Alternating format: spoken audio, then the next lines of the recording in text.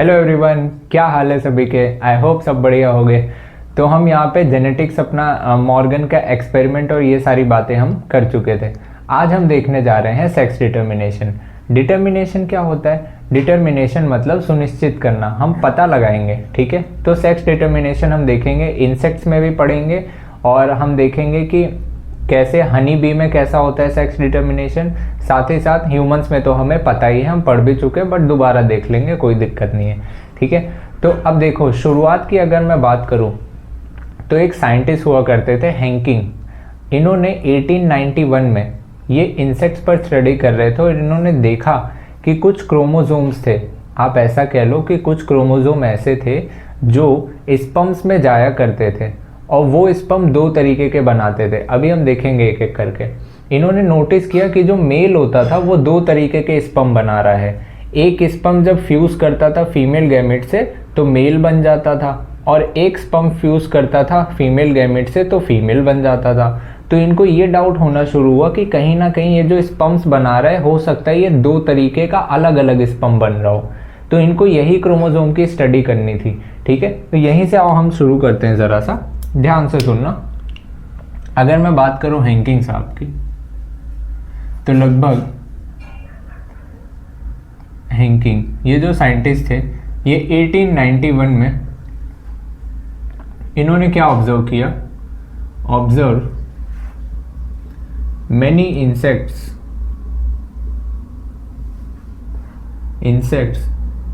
Which produces two types of sperms during spermatogenesis.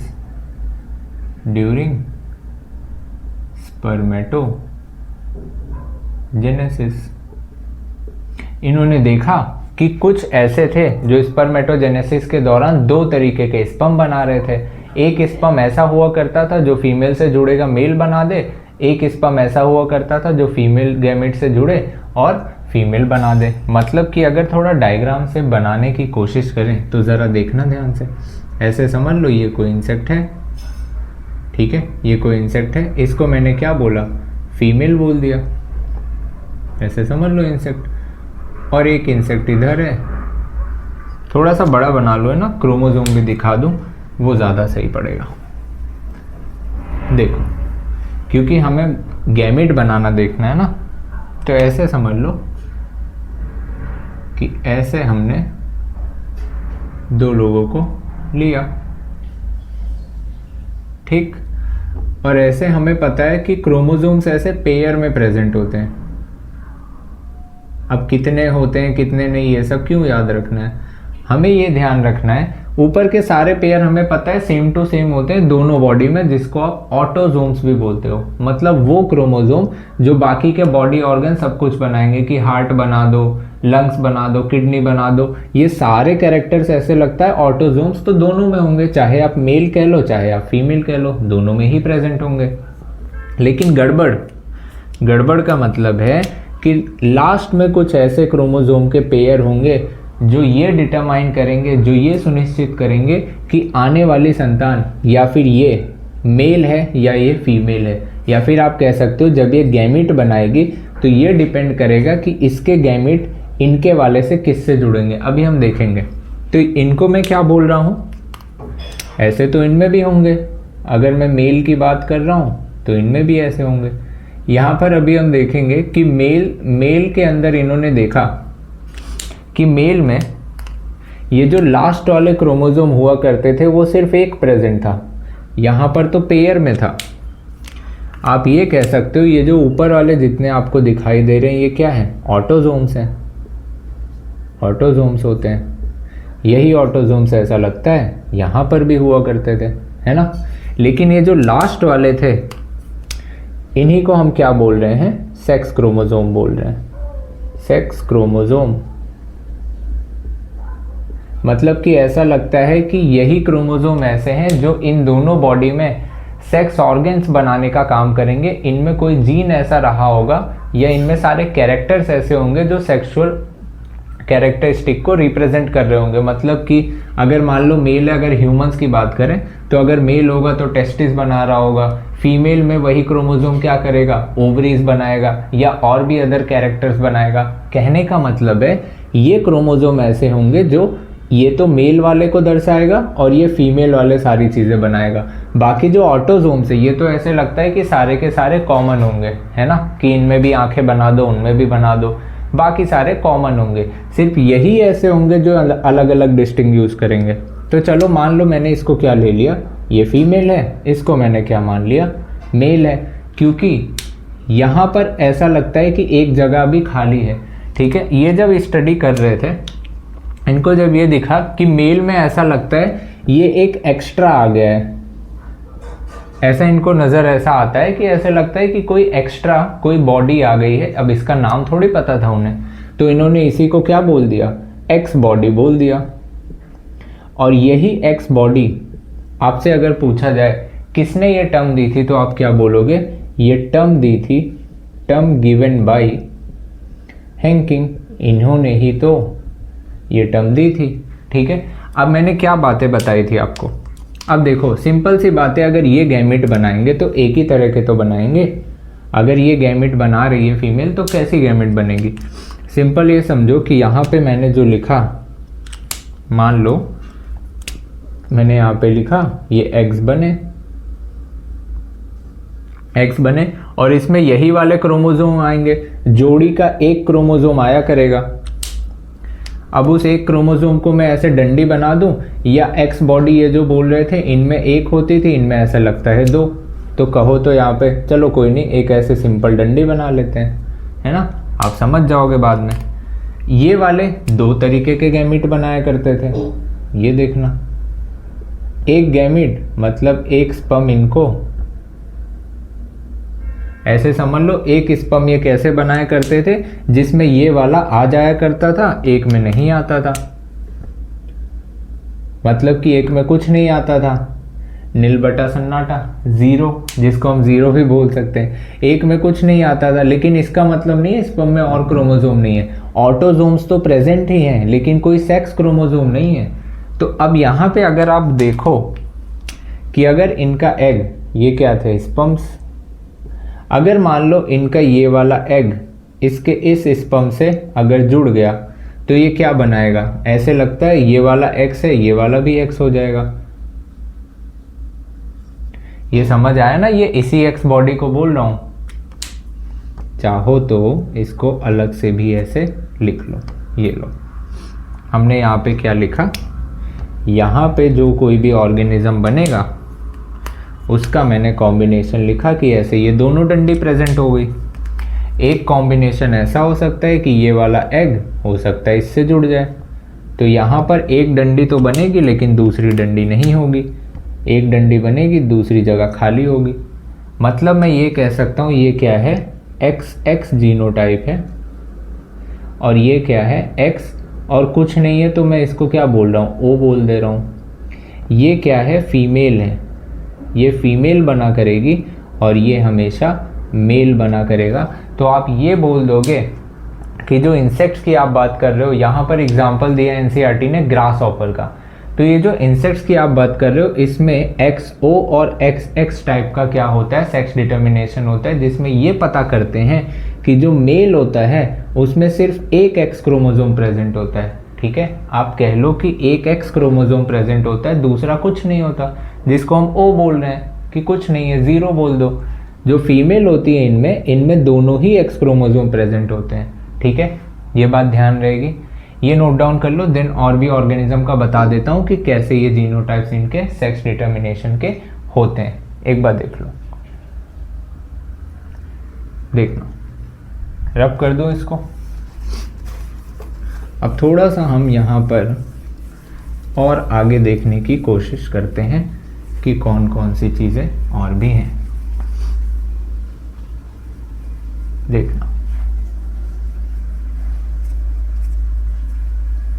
ये लो, चलो हमने यहाँ पे बना दिया, एक तरफ मैंने ले लिया,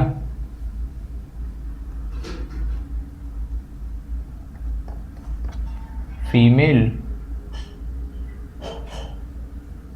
एक तरफ लिया मेल और ऐसा लगता है वो ऑर्गेनिजम्स। ये क्या बता रहा हूँ, एक सेकंड रुक जाओ, बता रहा हूँ कि क्या बात है। देखो आपने अभी एक पढ़ा इंसेक्ट्स में, एक कैटेगरी आपने इंसेक्ट्स में पढ़ी कि फीमेल XX होगी और ये मेल XO टाइप का होगा, ठीक है। बाद में वो जो X बॉडी था ना, उसी X बॉडी को, वही X बॉडी ये जो थी उसी को उसी को बाद में X क्रोमोसोम का भी नाम दिया गया, ठीक है। अब देखो फीमेल में XX और इसमें XO टाइप, ये कहाँ पे आपको देखने को मिला? ये आपको देखने को मिला मोस्ट इंसेक्ट में या मोस्टली इंसेक्ट्स में। वो भी अगर मैं कुछ एग्जाम्पल की बात करूं तो ध्यान रखना, एग्जाम्पल में कोई ग्रास हॉपर में, ठीक है। दूसरे टाइप का आपको देखने को मिलेगा फीमेल XX हो और मेल XY हो। ये तो ऐसा लगता है ये तो हमारे में का है ना, XX और XY वाला, बट ध्यान करो ऐसा ही एक इंसेक्ट में भी हुआ करता था। कौन सा इंसेक्ट? ड्रोसोफिला आपने पढ़ा था, उसमें भी यही वाला था, याद आया? तो मैं कह सकता हूं कि मैमल्स में और सम इंसेक्ट, कौन से इंसेक्ट, किस इंसेक्ट की बात कर रहे हो? मैं तो ड्रोसोफिला की बात कर रहा हूं, ड्रोसोफिला, है ना। एक इस तरह का भी होगा जैसे कि बर्ड्स में होता है, खासकर मुर्गी की बात करूं, हेट्रोजाइगस फीमेल हुआ करेगी और होमोजाइगस मेल हुआ करेगा। किसमें? बर्ड्स के केस में। अब ये अक्सर कंफ्यूजन भी हो जाया करती है कि इनका जीनोटाइप हम भूल ना जाए कहीं, तो ऐसे याद रख लो W4 क्या है? वुमेन। वुमेन मतलब क्या? फीमेल। तो यहाँ से ये याद हो जाएगा कि इसका जीनोटाइप खुद ही बता रहा है कि हम फीमेल वाले हैं। अगली बात आप पढ़ोगे इसके बाद हनी बी। हनी बी के केस में आप देखोगे जो डिप्लॉयड हनी बी होगी, डिप्लॉयड बॉडी वाला होगा, 2N वाला, वो अक्सर फीमेल हुआ करेगी, और जो हेप्लॉयड बॉडी वाला हुआ करेगा वो अक्सर मेल हुआ करेगा। ये आप कहाँ देखते हो? हनी बी के केस में देखते हो। ये हम आगे पढ़ेंगे, अभी हनी बी का तो हम प्रॉपर अभी पढ़ेंगे कैसे इनमें सेक्स डिटर्मिनेशन होता है। ये चाहो नोट डाउन कर लो। एक बार ह्यूमंस का बता देता हूँ, ह्यूमंस में कैसा होता है।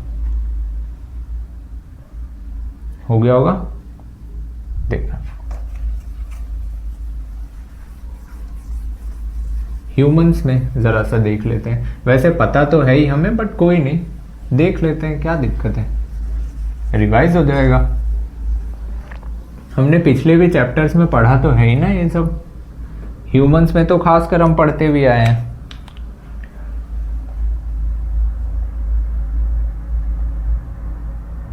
Sex determination in humans. चाहे मैं ह्यूमन बॉडी बना के दिखा दूं, चाहे मैं एक सेल में बना के दिखा दूं, तो आप यही तो बोलोगे कि जो सेल होती है या पूरी बॉडी होती है उसमें क्या होता है, 23 जोड़ी क्रोमोसोम होते हैं मेल में भी, और ऐसा लगता है 23 जोड़ी क्रोमोसोम होते हैं किसमें? फीमेल में भी। ये लो ऐसे होंगे 2 3 4 5, ऐसे बनाते बनाते तो थक जाओगे। तो ये 23 जोड़ी के बजाय 22 जोड़ी ऊपर ये रख दो, और लास्ट में ऐसा कर दो एक X क्रोमोसोम, एक X क्रोमोसोम यहाँ पर बना दो।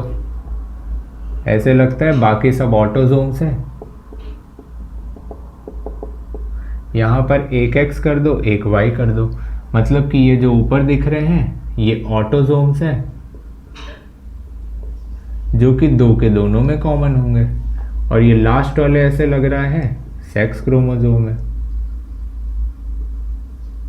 जो ये बताएंगे कि मेल कौन सा बनेगा, फीमेल कौन सा बनेगा। हम ये बात जानते हैं मेल में XY होता है, फीमेल में XX होता है ना।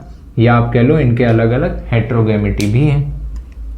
ये क्या है? ये फीमेल वाला है, और ये क्या है? मेल वाला है। मेल हेट्रोगेमस होता है। अब ये यहाँ पे ध्यान दो, ये गैमेट्स कैसे बनाएंगे? ये तो एक ही तरह के बनाएंगे ना, X वाला, एग कह लो या इसे ओवम कह लो, कोई दिक्कत वाली बात नहीं है। यहाँ पे ये स्पर्म बनाए करेंगे भाई साहब 2 तरीके के। ये दो तरीके के स्पर्म, एक में होगा X, एक में होगा Y।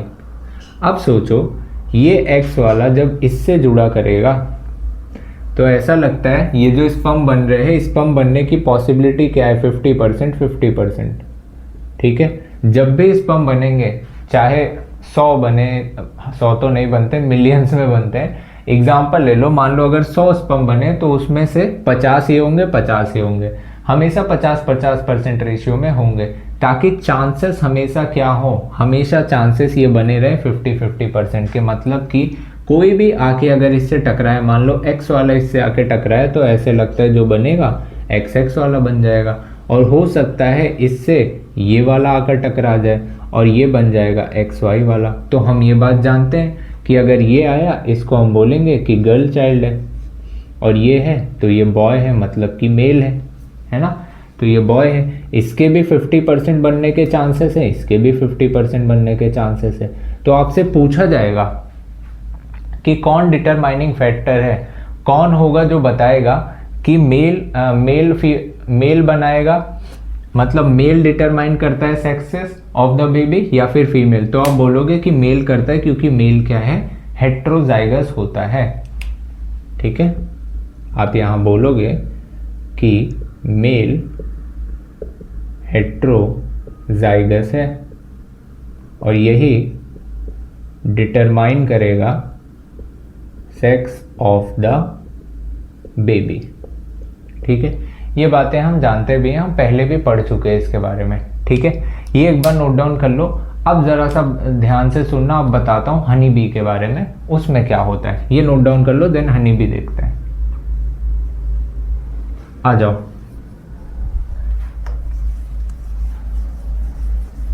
वैसे देखो, एनवायरमेंटल फैक्टर्स भी कुछ होते हैं जो ये डिटरमाइन कर देते थे, मतलब वातावरण का भी काफ़ी प्रभाव पड़ता है। ये तो पहले पढ़ा भी जाता था, ये तो अब तो मान लो नहीं भी पढ़ते हैं। वातावरण का भी काफ़ी प्रभाव पड़ता है, इसमें कुछ कहानी रहा करती थी, बट वो सब जान के अभी अपने को क्या ही ज़रूरत है, कोई मतलब नहीं अभी उसका। ठीक है, हनी बी का भले जान लो कि इसमें ऐसा हुआ करता था कि जो फीमेल हनी बी होती थी, ठीक है, अब वो क्वीन बनेगी, वर्कर बनने वाली, डिपेंड ये करता था कि जैसे आप देखो कि ये जो डिप्लॉयड फीमेल हनी बी होती थी, ठीक है, इनको जब भी आप रॉयल हनी खिलाओगे तो ये क्वीन बन जाती थी, और जब इनको नॉर्मल हनी आप खिलाओगे तो ये वर्कर बन जाती थी। मतलब ऐसा कुछ भी प्रभाव पड़ता था। कुछ ऑर्गेनिज्म तो ऐसे देखे गए, मान लो जो पानी में ऐसे थे, ठीक है, और उनका लार्वा अगर फीमेल बॉडी के करीब आ गया, उनके इर्द गिर्द है, तो वो मेल बन जाता था।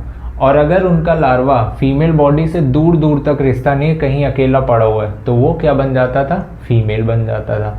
ऐसा भी इन्वायरमेंटल फैक्टर कुछ हुआ करता था, बट वो सब अभी अपने को नहीं जानना है। हम यहाँ पर अभी क्या देखेंगे, सिर्फ और सिर्फ हनी बी की बात कर रहे हैं। ठीक है, sex determination in honey bee, honey bee की बात कर रहे हैं। क्लियर है, ध्यान से देखना। हनी बी में सिंपली मैंने अभी क्या बताया था कि डिप्लॉयड फीमेल हुआ करती थी, हैप्लॉयड मेल हुआ करता था। और अगर फीमेल बननी होगी तो आप ऐसे समझो, कहीं एक हैप्लॉयड एग होगा, कोई फीमेल एग, और वो ऐसा लगता है फ्यूज़ किया होगा किसी हैप्लॉयड स्पर्म से, और जिसके रिजल्टेंट, जिसके फलस्वरूप ऐसा लगता है कि ऐसे फीमेल बॉडी, या कह लो डिप्लॉयड फीमेल हनी बी बन गई होगी, फीमेल हनी बी बन गई होगी।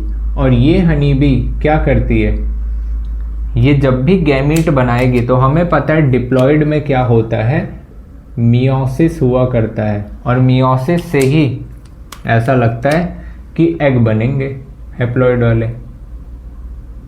ठीक है, एग्स बनेंगे। अब ये एग्स में स्पर्म फ्यूजन कर सकता है, फर्टिलाइज करके दोबारा से ये फीमेल बना सकता है, या फिर इनके कुछ एग ऐसे भी हो सकते हैं जो बिना फर्टिलाइजेशन के एक ऑर्गेनिज्म को जन्म दे दे, एक मेल को बना दे, लेकिन वो मेल याद रखना डिप्लॉयड ना होकर हैप्लॉयड होगा। क्यों?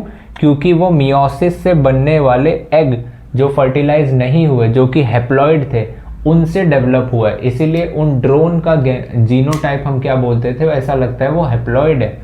तो अगर मैं मेल की बात करूं, मेल जो था इनमें कोई ना कोई एग था, अनफर्टिलाइज एग, अनफर्टिलाइज्ड एग रहा होगा फीमेल का कोई, ये डेवलप कर देता है किसको, चलो ये मैंने ऐसे बना दिया ड्रोन, ये क्या है, हैप्लॉइड मेल, जिसको आप बोल रहे हो ड्रोन। और ये ड्रोन जब अपने गैमीट बनाना होगा इसको, ये समझ लो कोई ड्रोन है, आंखें आंखें हैं, ये ड्रोन जब इसको गैमीट बनाना होगा तो अब ये हैप्लॉइड मियोसिस नहीं करता है, हैप्लॉइड ये हमेशा माइटोसिस किया करेगा और स्पर्म्स बना देगा। कैसे, हैप्लॉइड वाले ऐसे स्पर्म बना देगा, ठीक है, ऐसे स्पर्म बना दिया करेगा, ठीक है। यहाँ तक तो आपको समझ आ जाएंगी बातें, लेकिन हाँ एक्चुअल में एक चीज़ इसमें एक और काफ़ी इंटरेस्टिंग सी लिखी हुई है एनसीईआरटी में ही, ध्यान से सुनना, उसको अभी हम एक्सप्लेन करके समझेंगे भी। ये वर्ड समझ तो नहीं आता है डायरेक्टली, लेकिन जब प्रॉपर डायग्राम में समझेंगे अच्छे से समझ आ जाएगा। लिखा हुआ है कि male do not have father, ठीक है, मेल के पास फादर नहीं है, male do not have father thus can not have son, उनके फादर नहीं है और इसीलिए उनके सन भी नहीं है, but they have grandfather and can have grand son. कुछ कुछ बातें समझ नहीं भी आई, कुछ कुछ हल्की हल्की अंदाज़ा हो रहा है, लेकिन डायग्राम से ज़्यादा अच्छे से समझ आएगा। ये एक बार नोट डाउन कर लो, तब उसको हम एक्सप्लेन करते हैं, देखना।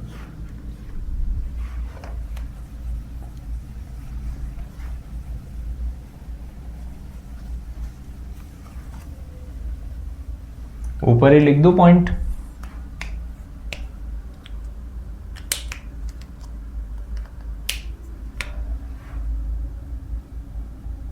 क्या बोला गया है कि male do not have father thus cannot have son but have grandfather and can have grandson। ये बात लिखी है, और जो ये बात कुछ कुछ ऐसा लगता है समझ से नहीं आई, बट अभी के लिए क्या समझो, ये लाइन आप सोचो कि आपने सुना ही नहीं है कभी, ठीक है। ये लाइन ऐसा करो, दिमाग से हटा दो, हम डायग्राम पर बेस समझने की कोशिश करते हैं, देन इस पे हम रिलेट करेंगे कि बोल क्या रहा है। देखना, मान लो मैंने यहाँ पे बनाया क्या, ऐसे समझ लो मैंने बनाया फीमेल, रेड कलर से ही बनाता हूँ, फीमेल मैंने बनाया, ठीक। अब फीमेल है, इसकी पहचान कैसे हो, चलो इसके ऐसे बाल बना दें, देखो अजीब सा डायग्राम होगा बट कोई नहीं, ऐसे समझ लो बाल बना दे, और इसकी अब फीमेल है तो लड़की है, चोटी बना देते हैं इसके, है ना, ऐसे समझ लो, इसके ऐसे चोटी बना दी हमने फीमेल के, तो ये डिप्लॉयड हुआ करती है, ये तो आपको पता होगा, 2n है ना, 2n, ये डिप्लॉयड होगी फीमेल, तो 2n अंदर ही लिख रहा हूँ, समझ जाना ये क्या है, फीमेल हनी बी है, फीमेल हनी बी। हर जगह फीमेल हनी बी नहीं लिखूंगा, सिर्फ ये डायग्राम बनाऊंगा, आप समझ जाना। अब हम ये बात जानते हैं, ये डिप्लॉयड में क्या हुआ करता है, मियोसिस होगी, और मियोसिस से ही क्या बनते हैं, एग्स बनते हैं, कुछ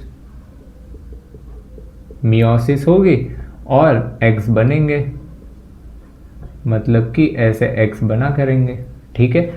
अब यहीं पर ध्यान से देखना, यही मियोसिस के दौरान मैंने एक और बात कही थी कि इसी मियोसिस में कुछ अनफर्टिलाइज एग भी बनेंगे, मतलब कुछ ऐसे एग भी बनेंगे जो फर्टिलाइज नहीं हो पाए, ठीक है। अनफर्टिलाइज एग को मैं कह रहा हूँ जो ड्रोन में बदल जाएंगे, ऐसा लगता है वो ड्रोन कुछ ऐसे दिखाई देते होंगे, जिसको मैं मेल बोल रहा हूँ, ये मान लो क्या है, मेल, ठीक है, इसको आप बोल रहे हो मेल, जिसको ड्रोन का नाम दिया जाता है। और ये है कैसा, ये हैप्लॉइड है, भूलना नहीं।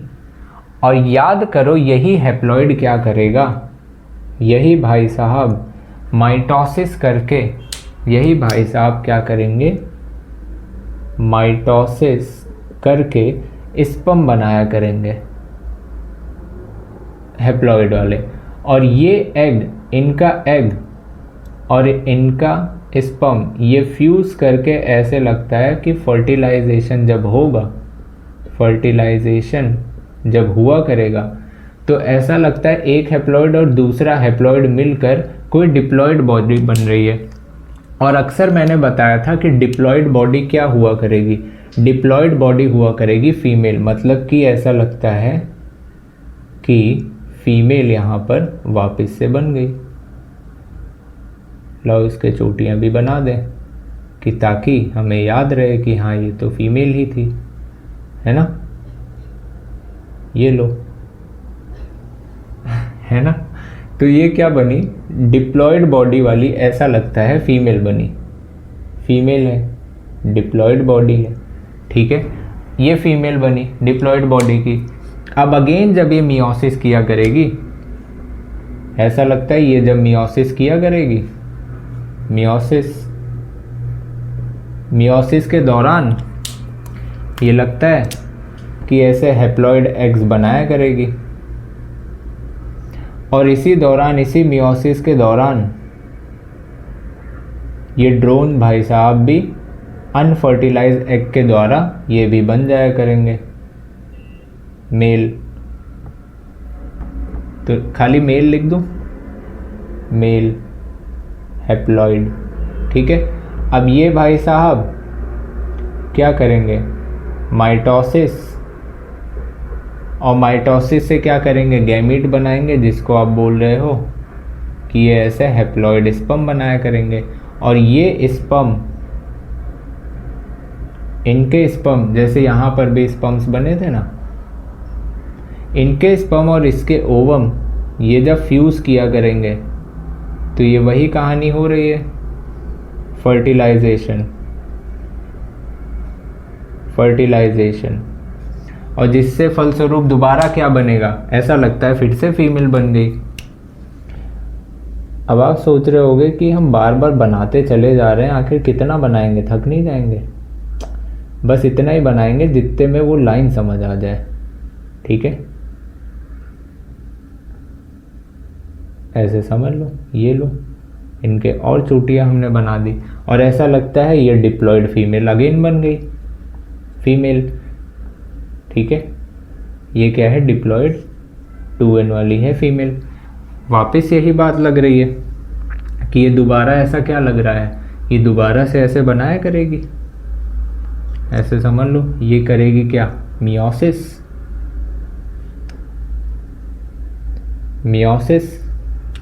इसी मियोसिस के दौरान बीच में फिर से क्या बना करेंगे, ऐसे समझ लो कि चलो कोई नहीं, हो जाएगा, ऐसे समझ लो यहाँ पर दोबारा ऐसे ये मेल भाई साहब फिर से बन गए हैप्लॉइड वाले, ठीक है, हैप्लॉइड वाले। और यहाँ पर ऐसे लगता है एक हैप्लॉइड वाले ये एग्स बने और इनके द्वारा बने होंगे कुछ स्पर्म्स, और ये स्पर्म और ये ओवम ऐसे दोबारा फ्यूज करके फर्टिलाइजेशन करके कुछ बनाएंगे, और ये अगेन ऐसे करके ले जाके जोड़ दो। क्या कुछ बातें समझ आ रही है? ये ऐसा लगता है ये बार बार ऐसे ऐसे प्रोसेस होते होते इनकी जनसंख्या बनी होगी। बात यहाँ पर हमें समझने वाली क्या है वो ध्यान से सुनना। ब्लैक पेन से चलो मैं लिख दूंगा बाद में। कह रहा है कि आप ध्यान से अगर देखो, मान लो इनमें से हमने किसी को भी उठा लिया, मान लो ये वाले मेल को हमने उठा लिया, ऐसा समझ लो इस मेल को हमने उठा लिया। कह रहा है male do not have father thus can not have son, मतलब मेल का फादर नहीं है इसलिए उसका बेटा भी नहीं है।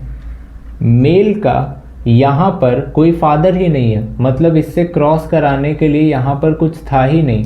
फीमेल ने तो मियोसिस से एक तो गैमेट बनाया और एक गैमेट इसका जो फर्टिलाइज नहीं हो पाया वो मेल बन गया था। यही तो हमने पहले देखा था। मतलब male do not have father thus can not have son, मतलब यहाँ पर भी कुछ नहीं है। मतलब कि ऐसा समझ लो कि ये कोई इंसान है, ठीक है, इसके पिछले, मतलब आप ये समझ लो ये जो पैदा हुआ ये मदर से आया तो है, लेकिन यहाँ कोई फादर नहीं था। ऐसा लगता है पार्थिनोजेनेसिस के द्वारा आया है। ऐसा लगता है उस हेप्लॉइड गैमेट में जो फर्टिलाइज नहीं हुआ, पार्थिनोजेनेसिस के दौरान ये हेप्लॉइड वाली बॉडी इसकी बन गई है, ठीक है, जो डिप्लॉइड नहीं था। हमें पता है ऑर्गेनिज्म डिप्लॉइड होता है, लेकिन ये हेप्लॉइड बॉडी वाला यहाँ पर बन गया मियोसिस से। तो male do not have father thus can not have son, इसका फादर भी नहीं है और इसका सन भी नहीं है, लेकिन but have grandfather and can have grand son. मतलब कि यहां पर भले फादर ना हो लेकिन इसके पीछे वाले जनरेशन के पास फादर होगा। कहने का मतलब है, आप अगर ध्यान से देखो कि यहां पे तो फादर नहीं है लेकिन इसके पीछे वाले जनरेशन में तो फादर होगा। मतलब कि ऐसा नजर आता है कि यहाँ पे कहीं ना कहीं मेल होगा ही होगा। आप इसको कह सकते हो ये जो मेल है, ये जो मेल है यहाँ पर आप इसको कह सकते हो ये क्या है, इनका ग्रैंड फादर है, ग्रैंड फादर, ये ग्रैंड फादर है। और ऐसा लगता है यहाँ पर भले फादर ना हो लेकिन आने वाली संतान में ऐसा लगता है इसके आगे वाले में, इसके जस्ट आगे वाले में ये जो प्रेजेंट है मेल, ये क्या है, ग्रैंड सन है।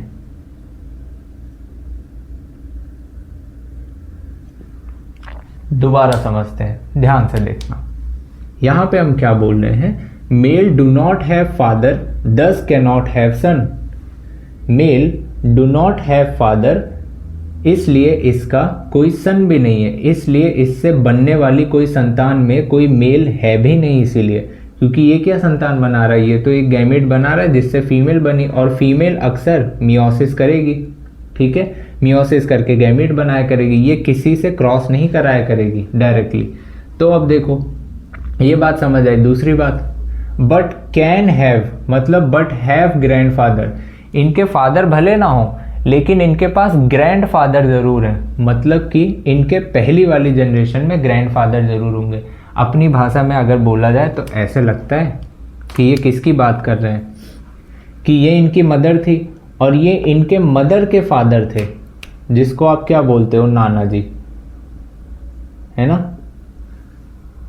मतलब कि इनकी मदर के जो फादर थे ये हैं इनके नाना, और ये जो थे इनके बच्चों में कोई भी संतान नहीं थी, मेल नहीं था, फीमेल ही थी। लेकिन हाँ, उस फीमेल का जो बच्चा है वो मेल है, तो इनके लिए ये क्या हो गया, ऐसा लगता है नाती पोते हैं, नाती हैं, है ना, ऐसा लगता है नाती हैं। तो यहाँ से ये बात रिलेट हो जाती है कि male do not have father thus can not have son but can have grandfather and can have grandson, ठीक है। तो ये बात दिखने में ऐसी छोटी सी लगती है, बड़ी कंफ्यूजिंग सी लगती है, लेकिन हाँ डायग्राम बेस आप समझने की कोशिश करोगे तो एक बार में ये चीज़ें समझ आ जाएंगी। एक बार ध्यान से देख लो, इजी लगेगा, समझ आ जाएगा। ना समझ आए दोबारा रिवाइंड कर लेना, ईजिली समझ आ जाएगा, ठीक है। आप किसी को भी कहीं से भी ले लो, पूरा साइकिल कंप्लीट करके अगर बना लोगे तो आपको हर जगह से ऐसा लगता है सेम ही चीज़ें दिखाई देगी, ठीक है। इनके फादर नहीं है इसलिए इनके कोई भी संतान में मेल नहीं है, लेकिन इनके ग्रैंड फादर जरूर है, इसी तरह इनके ग्रैंड सन भी है। क्लियर। तो यहाँ तक आप अच्छे से कर लेना एक बार। सेक्स डिटर्मिनेशन का टॉपिक यहाँ तक एंड होता है। नेक्स्ट लेक्चर में हम म्यूटेशन करेंगे और पॉलीजेनिक इनहेरिटेंस पढ़ेंगे, और एक और छोटा सा टॉपिक है प्लियोट्रॉपी का। ये ख़त्म करने के बाद देन हम लास्ट लेक्चर में कोशिश करेंगे कि लास्ट नहीं, उसमें मे बी 2 लेक्चर और लग जाए, उसमें हम क्रोमोसोमल डिसऑर्डर्स को पढ़ेंगे, ठीक है। ये चैप्टर इंपॉर्टेंट है, इसमें नंबर ऑफ लेक्चर्स इसलिए ज़्यादा भी हो सकते हैं, ठीक है। मिलते हैं नेक्स्ट लेक्चर में।